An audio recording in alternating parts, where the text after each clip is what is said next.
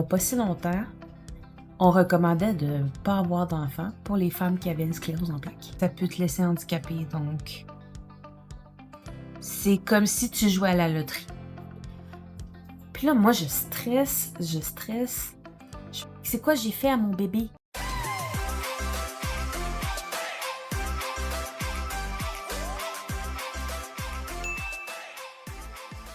Bonjour et bienvenue au deuxième épisode de Compassion en plaques. Compassion en plaques, c'est un podcast qu'on parle entre autres de maternité, prématurité, sclérose en plaques, anxiété et autres sujets.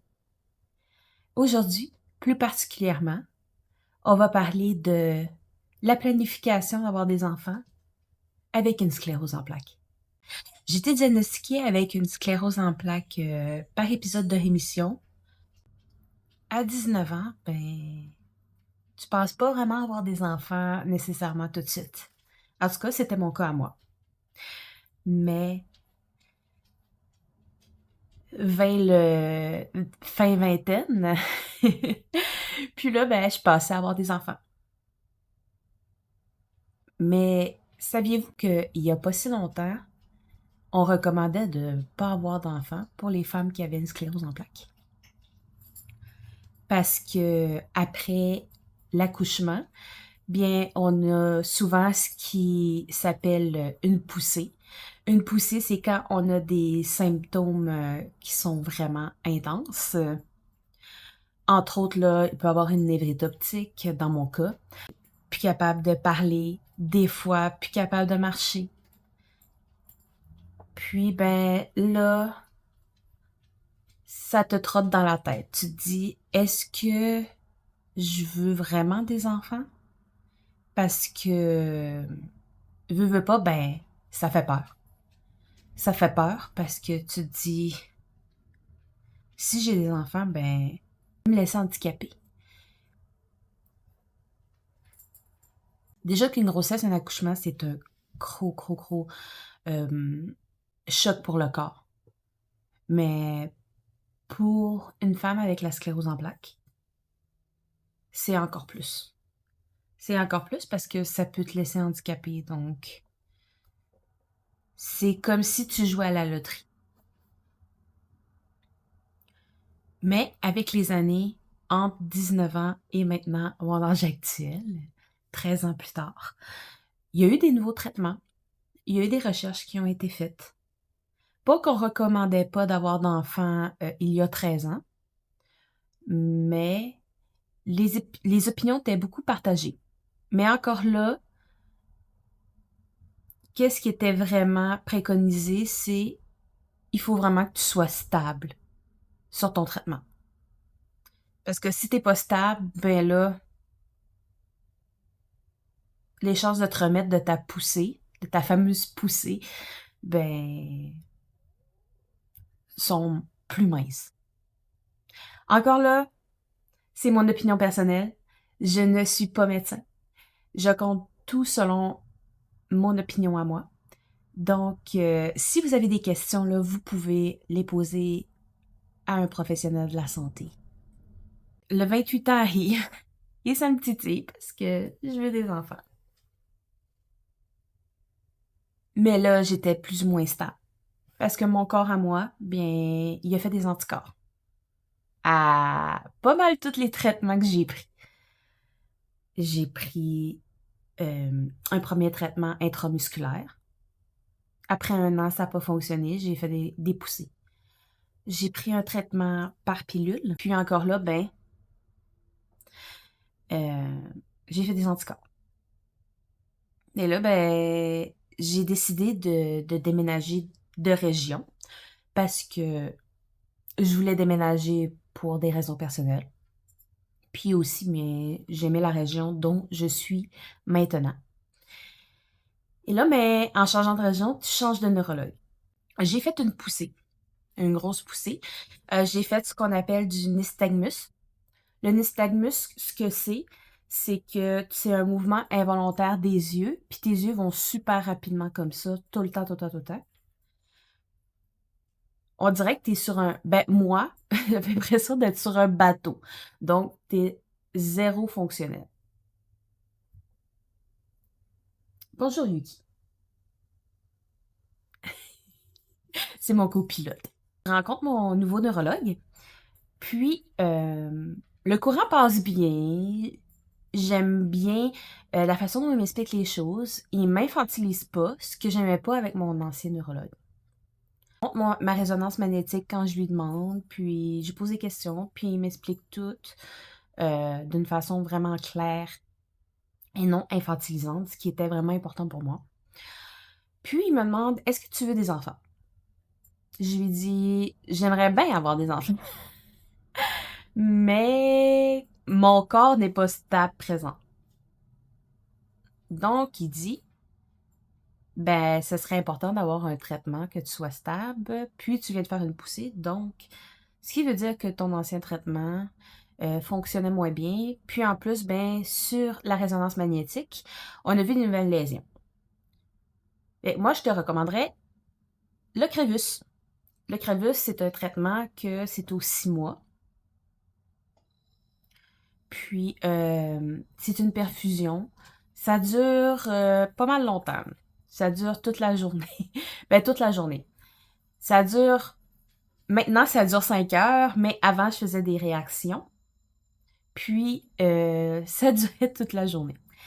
Donc, je commence le Crevus, bien stressée, parce que nouveau traitement, on sait jamais ce qui se passe. Et le Crevus, finalement, ça va super bien. 1 an passe, pas de lésion. 2 ans, 3 ans, 4 ans, 5 ans, pas de lésion. Puis entre-temps, bien, j'ai rencontré une nouvelle personne. Puis, nous nous sommes mariés. Puis, c'était bien clair avec lui que... Et voilà mes copilotes. Shiba et Yuki. C'était bien clair avec lui que je voulais des enfants. Puis, que j'avais une sclérose en plaques. J'ai expliqué tout les risques qu'on pouvait avoir.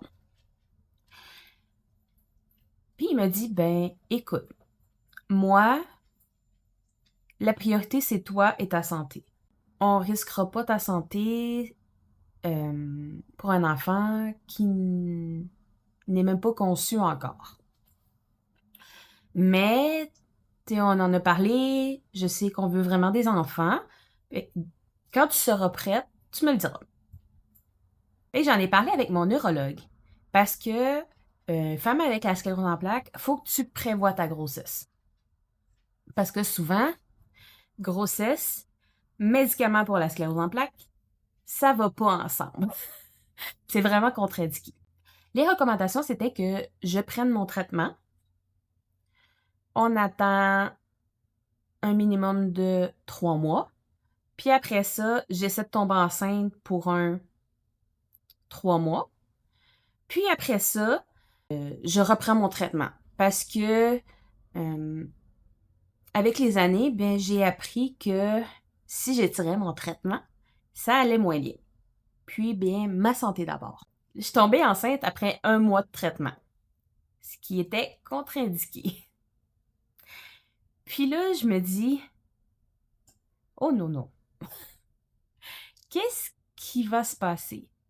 Parce que veux pas, ben, le traitement est très fort, il joue sur le système immunitaire, il passe la barrière du placenta. Qu'est-ce qui va arriver à mon bébé? Première chose que je fais, j'appelle l'infirmière en neurologie. Je lui dis, bonjour, c'est Madame Martel. J'ai une bonne puis une mauvaise nouvelle. Elle me dit, c'est quoi ta bonne puis ta mauvaise nouvelle? Je lui dis, bonne nouvelle, je suis enceinte. Elle me dit, ah, mais félicitations! Je sais que c'est un projet que t'avais, puis vraiment félicitations. Là, j'ai dit, mauvaise nouvelle, c'est parce que je suis tombée enceinte 1 mois après mon traitement. Puis là, il y a une petite pause. Là, je stresse. Je me dis, oh mon Dieu, j'ai vraiment fait du mal à mon bébé. Puis là, elle me dit, ben ça fait 5 ans que t'es stable, que t'as pas eu de poussée. Je suis pas très inquiète, mais on va te planifier un rendez-vous avec ton neurologue pareil, pour que vous puissiez parler ensemble de ça. Là, le temps passe, et là, vint mon rendez-vous avec le neurologue. Là, le neurologue, il dit, « Ah, vous êtes enceinte, félicitations! » Puis en même temps, ben, j'étais due pour un examen. Bonjour, Yuki. C'est vos copilotes. J'ai 2 copilotes. Le neurologue, il dit, « Félicitations, vous êtes enceinte. Je sais que c'est un projet que vous aviez. » Puis là, moi, je stresse. Je me dis, « Oh mon Dieu, il faut falloir que je prenne un traitement spécial, que c'est quoi j'ai fait à mon bébé? » Puis là, il y a plein d'idées qui viennent en tête. Puis là, tu te dis, ça doit pas être pour rien qu'il y a X nombre d'années, il recommandait pas d'avoir d'enfants. Puis je lui dis, ben, je suis pas mal tombée enceinte 1 mois après avoir pris mon traitement. Le neurologue dit, écoutez, Madame Martel, c'est pas l'idéal, mais ça fait 5 ans que vous êtes stable sur votre traitement. Puis, selon les recherches qu'on a, le médicament ne passe pas la barrière placentaire avant 3 mois. Donc, on devrait être correct. Mais j'aimerais vous rajouter sur l'étude longitudinale de l'effet de l'Ocrevus sur la grossesse, etc., etc. Donc, mes données sont maintenant dans une étude. Parce que des recherches comme ça, ils les provoquent pas. Parce que c'est non éthique. Donc, qu'est-ce qu'ils font? C'est que quand il y a un cas comme ça qui arrive, ben, ils demandent le consentement de la personne pour rajouter les données dans l'étude. Parce que c'est vraiment non éthique de faire « Ah, on va injecter de l'Ocrevus à une femme enceinte pour voir ce que ça donne au fœtus. » Non, non, non. C'est vraiment pas éthique. Donc, quand ça arrive, bien, ils demandent à la personne le consentement pour ajouter des données dans l'étude longitudinale. Donc, moi, je suis vraiment rassurée. Puis, je me dis, oh mon Dieu, ben, ouais, je suis enceinte. Je suis enceinte, c'est un projet que ça fait longtemps que je voulais. Je suis enceinte de l'homme que j'aime, de l'homme de ma vie, de mon mari. Puis, ça va vraiment bien. Puis, j'ai confiance à la vie et je sais que tout va bien aller. En tout cas, j'espère que tout va bien aller, mais je savais, en fond de moi, que tout allait bien aller. Mais la grossesse, c'est pour une prochaine fois. Et vous, qu'est-ce que vous en pensez? Est-ce que vous avez eu un projet de grossesse similaire? Comment s'est passé votre projet de grossesse? Et je vous dis à la semaine prochaine.